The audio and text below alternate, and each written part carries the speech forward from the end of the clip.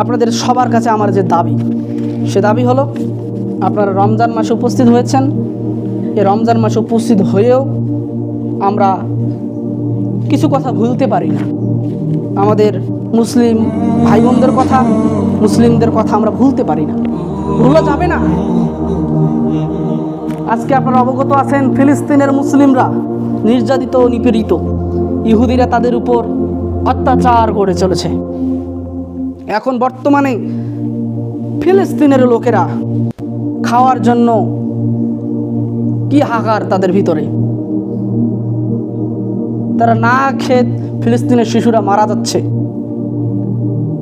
আমার কাছে যতটুকু সংবাদ আছে 45 জন ছাড়িয়েছে, এখন মনে হয় আরো বেড়ে গিয়েছে, কয়েকদিন আগের এটা সংবাদ।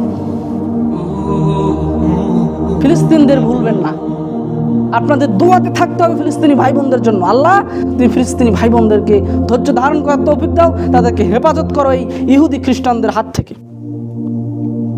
এই রমাজান মাস রহমতের মাস আসলেও ইহুদিরা থেমে নেই, তারা প্রতিনিয়ত রকেট হামলা চালিয়ে যাচ্ছে ফিলিস্তিনিদের উপর। তারা না খেতে পেয়ে মারা যাচ্ছে, তারা খাওয়ারের জন্য অপেক্ষায় রয়েছে। তারা বলতেছে, কোথায় মুসলিম ভ্রাতৃত্ববোধ?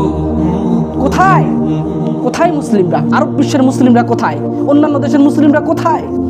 ছোট ছোট বাচ্চারা কেঁদে কেঁদে বলতেছে, কোথায় মুসলিমেরা? আমাদের সাহায্য করুন, আমাদেরকে সাহায্য করুন। অথচ আজকে মুসলিম হয়ে আমরা কি করতেছি? আমরা তো, আমাদের তো খাওয়া নিয়ে কোনো সমস্যা নাই, কিন্তু ফিলিস্তিনিরা তো পানি খেয়ে তারা সেহরি করতেছে এবং পানি দিয়ে তারা ইফতার করতেছে। ইহুদিরা একাধারে ফিলিস্তিনের উপর হামলা চালিয়ে যাচ্ছে এবং তাদেরকে সাহায্য করতেছে পশ্চিমা কান্ট্রিগুলো। আবার একটা নিউজে দেখলাম, তারাই আবার ত্রাণ পাঠাচ্ছে ফিলিস্তিনের উপর। ফিলিস্তিনের এমন এক পরিস্থিতি, কোনো দেশ থেকে ত্রাণ ঢুকতে পারবে না, বের হতে পারবে না। চারিদিকে তারা আটক করে ফেলেছে। একমাত্র একটাই পথ, সেটা হচ্ছে আকাশ থেকে খাদ্যদ্রব্য নিচে ফেলে দেওয়া।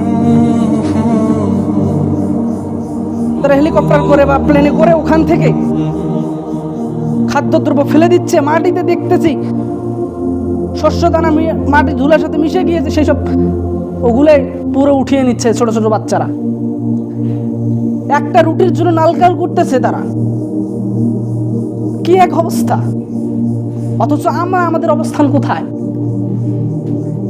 ফিলিস্তিনের পক্ষে নিতে হবে, মসজিদুল আকসার পক্ষ নিতে হবে। এটা আমাদের ইমানের দাবি, এটা আমাদের মুসলমানের দাবি।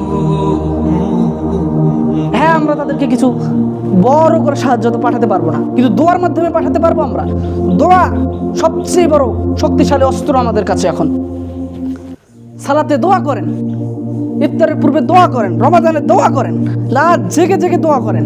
আপনার প্রত্যেকটি দোয়ার অংশে যেন ফিলিস্তিনি প্রত্যেক মুসলিম নর নারীর জন্য দোয়া থাকে, এটা বরাদ্দ রাখতে হবে আপনাকে। আপনার মনে, আপনার হৃদয়ে, আমাদের হৃদয়ে থাকতে হবে, রাখতে হবে তাদের কথা, ভুলে গেলে হবে না।